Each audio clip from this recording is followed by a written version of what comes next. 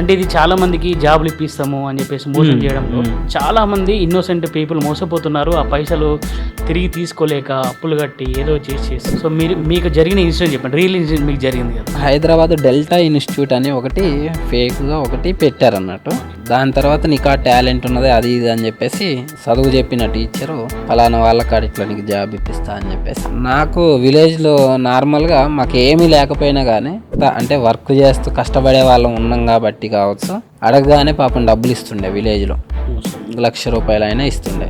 అట్లనే తీసుకొని వచ్చిన 1.5 lakh 2 lakhs దాకా తీసుకొని వచ్చి అతని చేతిలో పెట్టిన. ఆఫీసర్ని కల్పించారు, సో అండ్ సో పర్సన్ కల్పించారు. కలిసిన మంచిగా క్వాలిటీగా మోసం చేశారు. 1.5 year 1 year వరకు అతను ఎక్కడ వర్క్ చేస్తాడో అక్కడనే తిరిగి 1 yearలో పోయి పంజాగుట్ట పిఎస్లో కేసు చేయడం జరిగింది. మురారి గారు, నాగరాజు గారు ఇద్దరు ఎస్ఐల వాళ్ళిద్దరు హెల్ప్తోనే ప్లస్ సిఏ గారి హెల్ప్తోనే ఆ డబ్బులన్నీ వడ్డీతో సహా గుంజేశారు.